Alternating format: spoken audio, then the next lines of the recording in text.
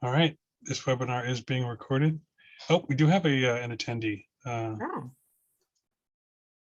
Oh, that's Kelly. You need to, Oh, that's Kelly Miller. You need to move her over. sure. That's just not any attendee. See here.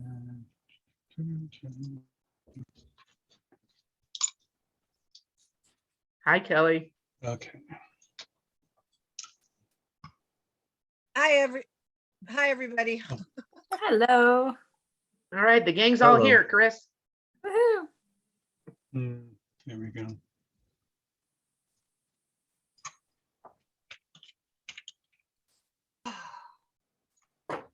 Okay, it is 5:32 p.m. on Monday, January 24th, 2022.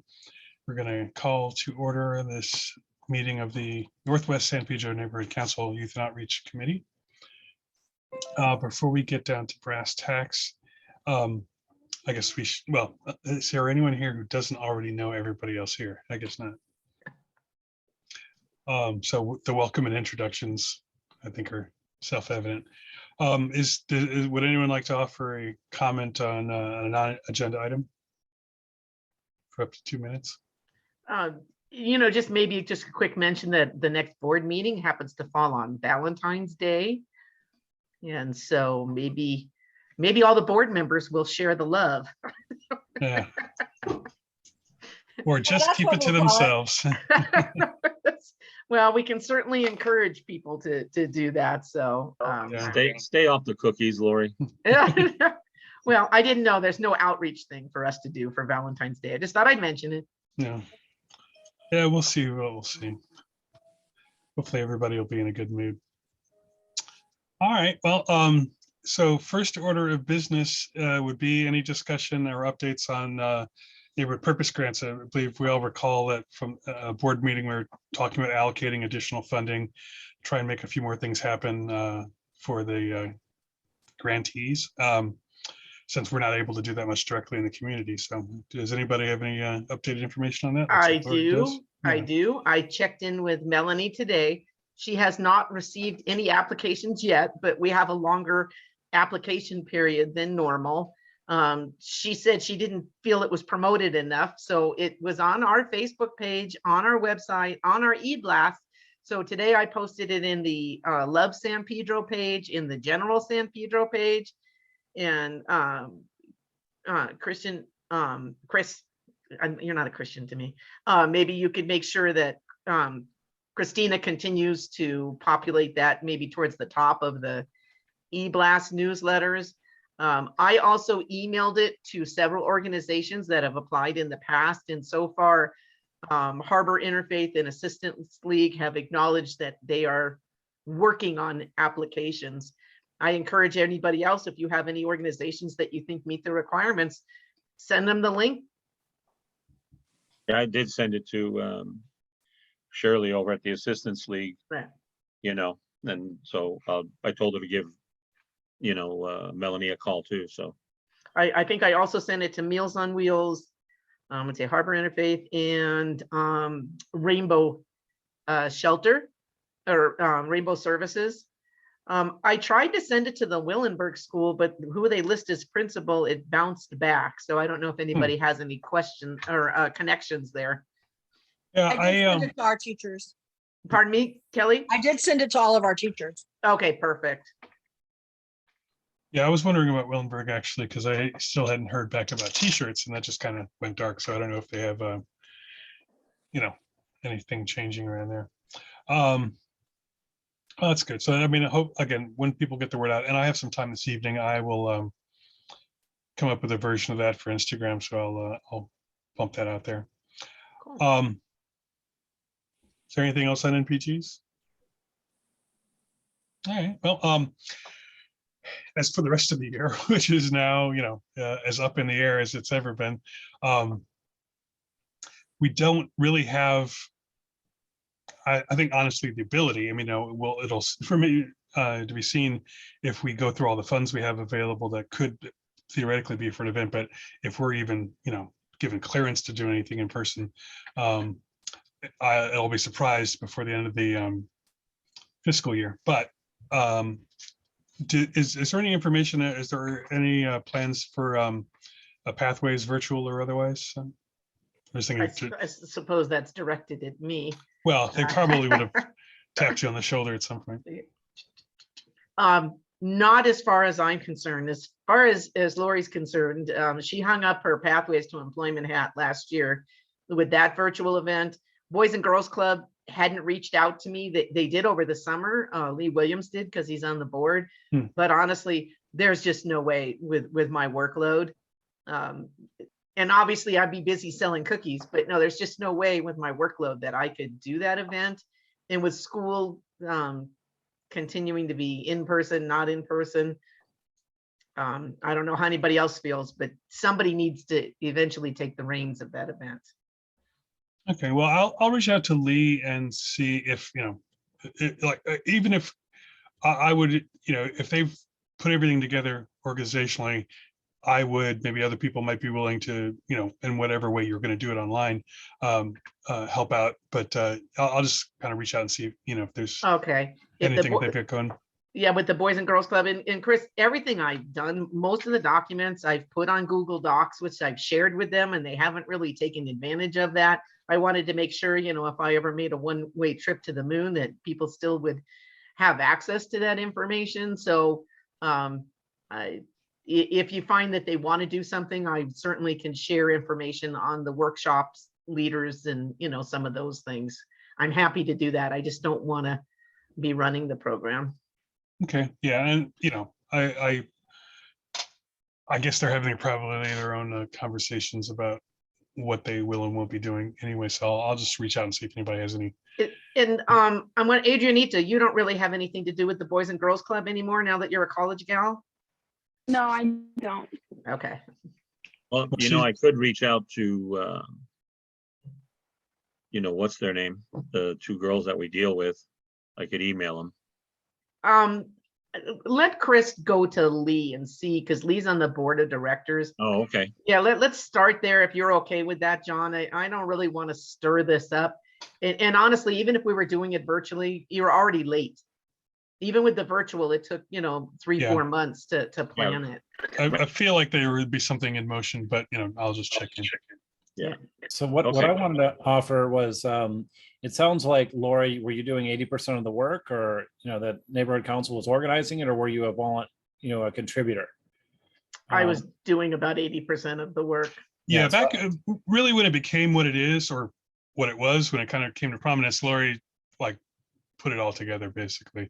And it was, I think based on that momentum, Boys and Girls Club got interested. And I don't know if they're going to put the same kind of energy into it to keep it going, but it did. I would just, from observation, I could tell you it took a lot, and it was a kind of a 3-ring circus. But we don't know if they're going to, I don't think they've even had the opportunity to do a full installment separate from neighborhood council involvement. Yeah. They've never really carried one. I mean, if you wanted to take, Thomas, a couple of elements there, I mean, the practice interviews were great. However, I think EXP is still doing their practice interviews. So, but I would start with Chris. You could start with Lee, and then John's got the connections of Yesenia, and I forgot the other lady's name, Crystal, I think. Yeah, Crystal. At the Boys and Girls Club. If you want the contact information, John has it, I have it. But it's kind of odd. Nobody's asked us. Normally they would have been inquiring by now. Yeah, actually they would have, because we always, Lori and I always started November, just the end of October, November, started getting this organized and what to do and stuff, because, April always came pretty quick.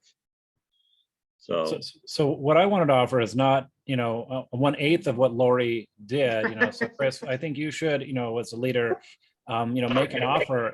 It's an area I'm interested in, even if it's not this year, longer term, because something I pioneered at Dominguez Hills is I would go to Southern Regional Occupational Center in Torrance, and I would bring 100 of our students there for a day. We'd do shifts, and we would give every class that wanted to, every student, 3 practice interviews with my HR, senior HR people learning to be interviewers. So it was a triple win. We had a bunch of people learning to actually interview entry-level people, and then those students, maybe a little less intimidating because they tend to be more under an age and not gray-haired like me, as an interviewer, though they still were pretty nervous, to be honest, right? It's just the position of being in the chair.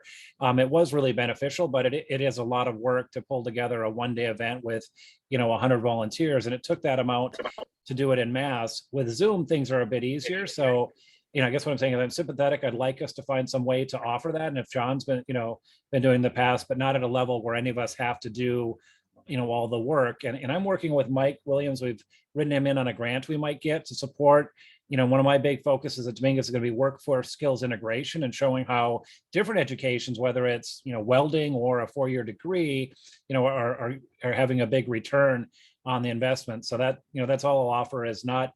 It sounds like it's too late to get something big this year.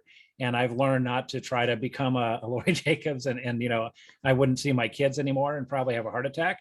But to at least offer something more. And at Mike's level, right? He, you never know how their funding's going to be. Like they had so much disruption having to go virtual, unvirtual, worked with Yesenia on something. So, I don't think the timing is necessarily going to be right, but it is something I think that's really good for San Pedro. It's something I've been trying to do with Gebhardt, and, a real focus where I think it fits this community, that outreach. So it's really showing how we tangibly can be trying to connect everybody to these jobs of the future. Like I've been talking to, McCosker about blue energy. There's a lot of disruption, and I want our government role to be, seen as people trying to be sensitive to that. So probably gave you too long a lecture, but just saying I'm interested at a few hours per week level, not probably what John and Lori were doing.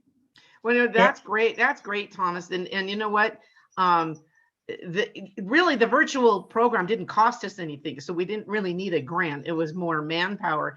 And I will say this, that the Boys and Girls Club facilitated the practice interviews, and they did a great job. The way they had people going in and out of their interview rooms.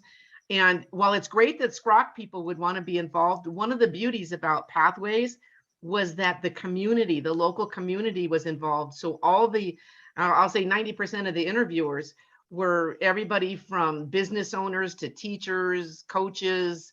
And so it was kind of a win-win situation, keeping it at a community level within San Pedro and in the harbor area.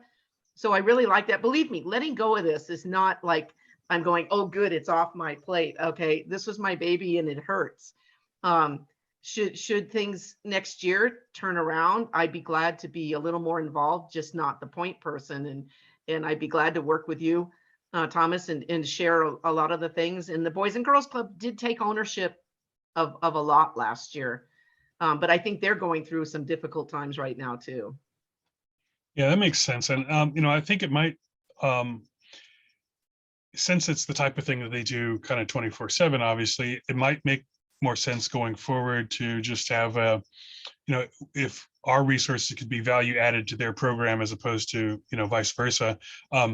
That way we can kind of participate as to whatever we have to offer with ever, what I mean? Like in 5 years, we won't necessarily all be on the board, but it'll be something that's known quantity in terms of, okay, this is something we do. And so maybe it'll attract people, maybe people who aren't, involved in youth and outreach now might see it because they have those types of things to offer. So I think, yeah, just something that if they kind of can give it a more long-term existence and know that we'll kind of partner with them and, Well, Chris, I have to add, so having said all that, okay, one thing that bothered me, and I did get feedback from the virtual event, is the Boys and Girls Club. Part of them doing this is recruiting more people to be part of their Boys and Girls Club. And I felt there were people left out of the equation, and probably the people who need it most. Students who go to the continuation schools or who are close to dropping out of high school. Thomas, we always did push all the different jobs. It wasn't just college bound, it was career bound and learning about welding and HVAC and all that kind of stuff. But so this is one of the reasons I was always hesitant to turn it 100% over to the Boys and Girls Club. And I had two interviewers give me feedback after last year's and said, Lori, it was great. We appreciate everything, but we think you're missing a very important group of of people who really need it. So I'm just throwing it out there that, while it'd be nice that they took the ball, we have to look back at what our original mission was, and that's to help the students who need it most. Yeah, and I think that's the kind of advisory thing that, let's say this, at some point, there's a tipping point where it kind of becomes their thing. I think it's still then incumbent on the neighborhood council to be an advisory voice for that, to kind of communicate the needs of the community, because like you brought the point up yourself. If you're a college bound kid, if you're 17, 18, and that's your plan, there's, it's not like there aren't things available. Like there are people who spend all their time getting you into college, but the nature of work in the future, like if you're 14 or 16 now, when you're, 10, 20 years in the future, the way people work, where and how and all that stuff, it'd be significantly different. And so the traditional pathways, for want of a better term, might not be, the best thing. And so as that changes, I think we are a good way to feed that type of information into whatever, whoever's doing that. Because, the trades and becoming a small business owner or whatever sort of non-traditional career paths there are, I think need to be given a lot more, they need to be normalized. It's not like a weird thing. It's something that if you have that plan, it is sometimes a better plan than, going to college and figuring it out later. So. Oh, and I like that focus. And I just mentioned the Torrance one because that was the experience, right? And I learned, there's a couple of month program in dog grooming, right? Some people, make a living shampooing our pets. There's a really neat variety. So it's good for my students, to see that and to serve. And so I'd want to keep that focus and keep that as a, requirement of the partner, right? That we want to be for everyone. And I was always surprised that I've never been contacted by the Harbor Occupational Center, right? I got 2 awards for doing this in Torrance, but that world seems to be kind of fragmented because I've lived in San Pedro for quite a while and I drive by that place, but I, don't even know who I talk to say, hey, why don't I bring some students there to help your students? So anyway, I can connect you with them because there's 2 people there that have been part of Pathways for years at Harbor Rock. So. Cool. Now, is Squawk still have a automotive program? I haven't been there for 2 years since the pandemic. So, but they did last time I was there, right? And it's a great program. Yeah. Because I've talked to a couple of people that almost all the high schools now do not have a automotive anymore. Yeah. And within the last 7 years, they've dropped it all. They've, and that's a pretty sad thing because that's where most kids start at. They're coming back. I've toured 2 around the area, right, with big investments, incredible, nice, getting people ready for electric cars. And I understand San Pedro is trying to bring it back too. So yeah, I agree, John. Right, I've been really promoting because there's a huge shortage, and it's a great job for a certain segment. It is. I mean, everything's dropped. Wood shop, print shop. I mean, it's all electrical. I mean, I started off in high school. I've been a mechanic since I was 9 years old. That's when I learned to first build my engine. And then from high school, I was in auto, a vocational auto all 4 years. And it's a great program. It gives the kids in 4 years, did you like it? Do you want to stick with it? Majority of them did. Then you end up going to El Camino for 2 years. You get your AA from there, and then from then on. But with them all closed, who's repairing cars? I know we're going to have, you just plug it into a computer and it tells you what to do, but you still need somebody back there to plug it in and still know where to go find it. And it goes, you ask them, where's the EGR valve, or where's, the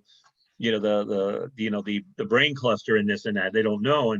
And body work is still done by people, right? I mean, body work is still done. Yeah. There's no computers to, you can walk a computer up and say, pop this dent out, but you still need Bondo, and you still need to go. A lot of cars are fiberglass too.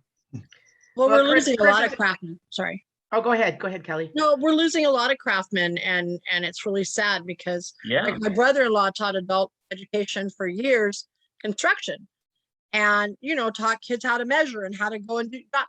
And then they get rid of the programs, and it's hard. I mean, there's no. What do these kids that aren't college bound do? There isn't very much for them to really go to. There's it's and in San Pedro, it's who always has been. And If I you don't know think- somebody, you can get connected, but if you don't, then what do you do? Yeah. Even home ed, where they would do cooking and stuff, taught you how to cook or how to. That's not there sew. anymore.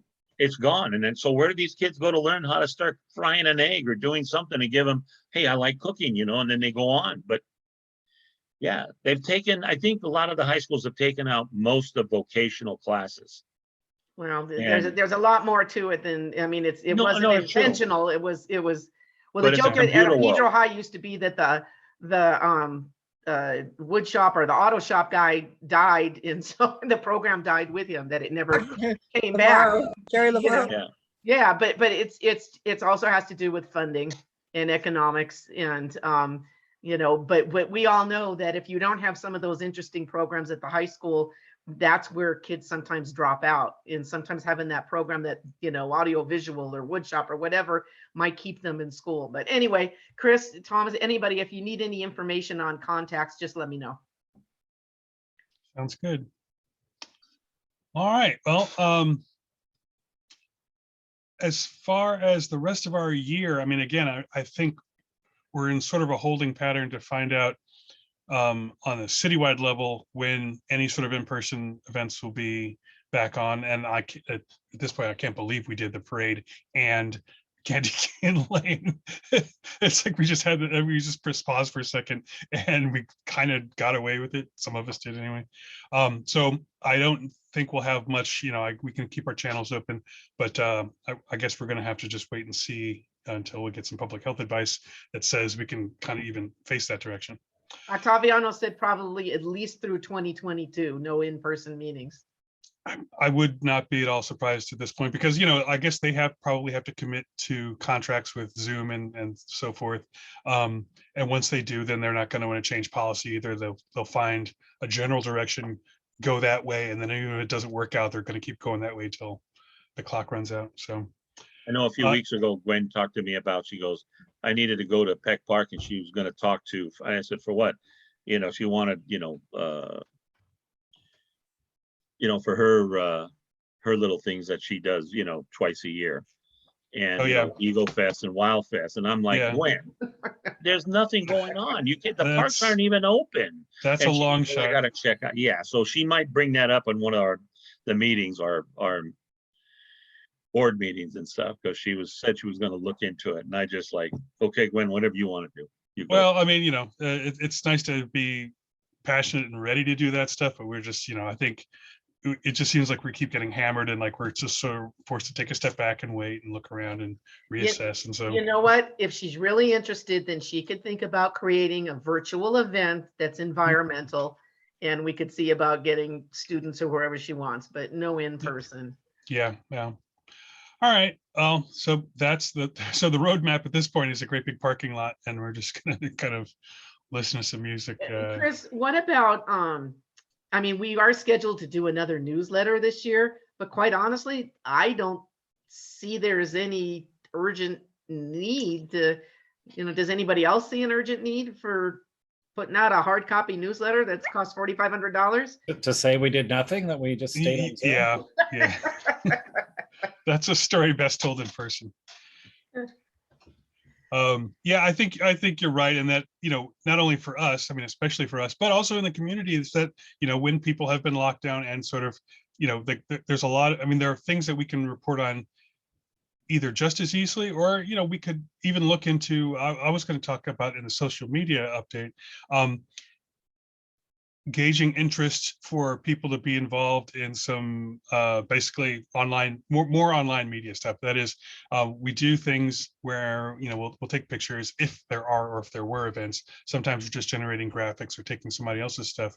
But in part of my professional life, I shoot video and photos and stuff like that. And so I was thinking if people had ideas for short videos, things that we could do in and about the community that wouldn't necessarily involve, being in a room with 100 people or whatever, things that were either about, obviously included Northwest, but either Northwest specifically or something going on that we could highlight, and wanted to put a little bit of time into that. That's something we could do on a small scale that could be, the way that people would engage with a video would obviously be different than a newsletter, but it gives us different opportunities. So I guess I wanted to just throw it out there and give people stuff to think about.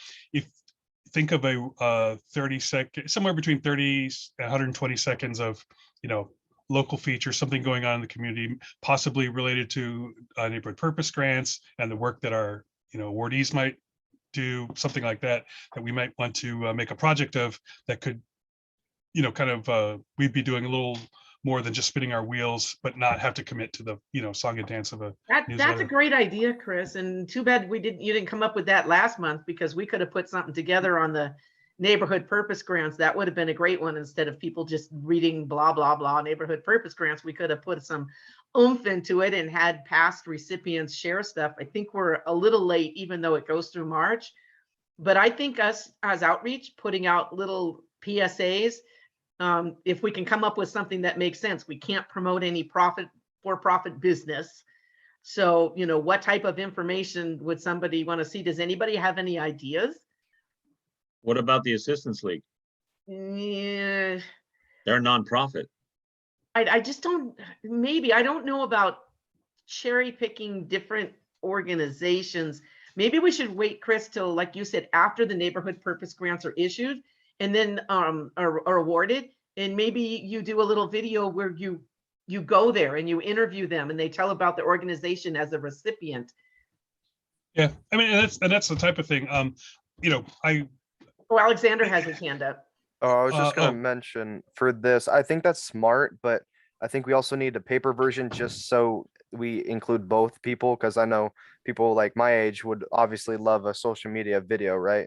But like I like the other format, so I can just see it occasionally. But for the video, just a suggestion, maybe just make it a slideshow, because I know sometimes we have a buildup of flyers and stuff. So if you just make it 3 seconds for each as it transitions in a social media format, just do something like that. I feel like that would be pretty simple. Yeah, there's ways. The software that I use to make some of our simpler graphics can do some animation, and obviously can just come up with a few frames. And that obviously those are also easier to crank out quickly. Don't want to interrupt, but I have to jump into my next meeting. So good to see Okay. everybody. Good discussion. Carry on. Come up with something while I'm gone. All right. You can even talk about me behind my back. So See you, Lori. See you bye. later. I like the idea, Bye, Chris. Lori. I've been asked by the other Christian to jump in for the port meeting in his absence at 6, so I'm gonna jump off. But I like the idea of the videos, and at the university level for grants, we've even been making that a requirement, a 60-second, so we can then show for future recipients who got it, right? So they get to kind of understand the project and the purpose. I think for younger people's generation, they'd rather watch a YouTube video to get a feel for it than read about the flyer. But I'm old school. I still like reading things too. But I'm not advocating for a newsletter right now. But obviously the newsletter has to be kept at some point on an annual basis. Yeah, and I think it's just, it's something we have available to us because of what I do, and it also sort of it's more flexible than the time it takes to we could do one in an afternoon with a little editing, as opposed to the time it takes to crank out a issue of the newsletter. So we can be a little more topical and more responsive, but also still have kind of bigger long-term picture things in production for the print newsletter, if and when we can get back to doing that. Sorry, I gotta go. Take care. Bye. All right, so so that's really kind of it for social media. We're still picking up followers on Instagram. If you don't follow us at NW San Pedro, go ahead and follow us, tell your friends. And again, NW San Pedro. Because I couldn't find it. I'll pull it up here. If you want, you could just go on the website and just click one of the little icons and it'll just take you there. Right. W San Pedro. I was just looking for it earlier. Oh, here it is. And it's like There that. we go. Okay. Yeah. Yay, found it. Okay, I'm following. Yeah, so that's it's a slow trickle, and what I'm thinking is, and what I'm also trying to do is think about developing. Because again, I understand the value and the presence of the newsletter. I just don't know how when other people are running this committee and this board, they may or may not decide to do that. But I think that if we have that, as well as other sort of, I mean, I guess I'm talking about writing a manual in terms of outreach and how we actually publish things. And so in the future, like people who are younger now and older then will probably be a lot more familiar with consuming video as well as making it themselves, because I see people do things very casually on their phones that are relatively slick looking compared to what was available a few years ago. So I think if that's something we establish as a standard that, you know, this is the type of outreach that we do or whatever, then there's an aspect of program building that extends beyond whatever topic we happen to be talking about. So that's kind of what I had going on. And, you know, it was, oh, by the way, it was entirely my fault that we did not have a meeting last month. I did obviously not submit an agenda in time, but it was also the holidays, and I think a lot of other people probably were looking at other things as well. So going forward, when you know, if anybody's got issues or things that they would like to see on the agenda, just, you know, text or email me, and I will set a calendar reminder to make sure I get it into Christina on time. So Sounds You're good. gonna look, you're gonna look into the shirts again? well, See yeah, what I'm going to they're- call him back at Willenberg, because I sent them the art, and I let them know, you know, size, or I don't think we got to sizes, but I basically told them we want black cotton t-shirts with this printing on them. And then it just kind of, you know, it went quiet, and then we got into the holiday season, and then, you know, we're back and forth with COVID. So I will just follow up with that email and see whoever I was speaking to, if they can get it. Because I think we were just at the point where I gave them numbers, and then they were going to give me a price, but we shall see. And it's such a great opportunity to really help our schools and, you know, to give Yeah. back to the community.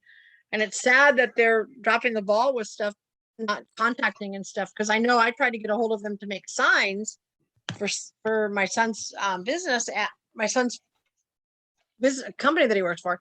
And they never got back to us. And my son had to go to somebody else. Mm. So I Yeah, really don't want them to lose the revenue. Yeah, and But- you know, it's kind of a perfect situation in terms of, you know, that's a program directly for our stakeholders, and we can turn some public money back into that, you know, and also get a competitive price, you know, and a good product and all that stuff. It's kind of a perfect storm, and they're right there, like literally in the corner of Northwest. So I will, in fact, since I got my email open now, I'll dig the old one up and see if I can kind of ping them and see if they respond to me. I can give you, you know, the skate park, they're working on Oh. it, they're doing a lot, and then they're also keeping it clean. I've gone by there like almost every week, just, you know, for shits and giggles. I go there all the time just to look at everything. And amazing, they are keeping that place, you know, Andy and his crew, I guess, you know, they're doing a great job. I've seen they've welded up spots over there where, you know, we had some of the bars that were breaking loose and rusty, and I've seen a welder out there quite a few times. So I'm waiting for Andy to give me a full update on it and when they think it's going to open. Yeah, I've seen a lot of work again on social media. They put a lot of stuff, but I think it seems like since the city has moved forward, you know, and it seems like they're getting closer to some kind of finish line, they've been able to organize help on their ends. Like people are taking more, like, you know, they weren't going to get people to go out there and clean it up if they thought it was going to be closed for another 3 years. But now that it seems like it's actually coming together, the energy is kind of coalescing, and people are actually getting in there and doing that work. So Yeah. it's good to see. Also, you know, we looked into the, so, you know, Dan called, you know, about, because you got the, you know, the pot store over there across on Gaffey. Oh, is it there now? I thought it was being No, well, planned. they've been putting it in there. Oh, Looks okay. like stuff is, but, we've asked them about the skate park. Well, as of right now, it doesn't belong to Parks and Recs. Oh, It's just the skate park, you know, association. So, but they will probably, maybe the end of the year, will be taken over by, could be, you know, put in, just like where Peck Park now belongs to Peck Park. They got the skate, they got the swimming pool type deal there. yeah. Well, if it goes through, it will, but by then it'll be already built and already be inputted in there. So I don't know after if that's gonna still hold 1,000 feet or, Yeah.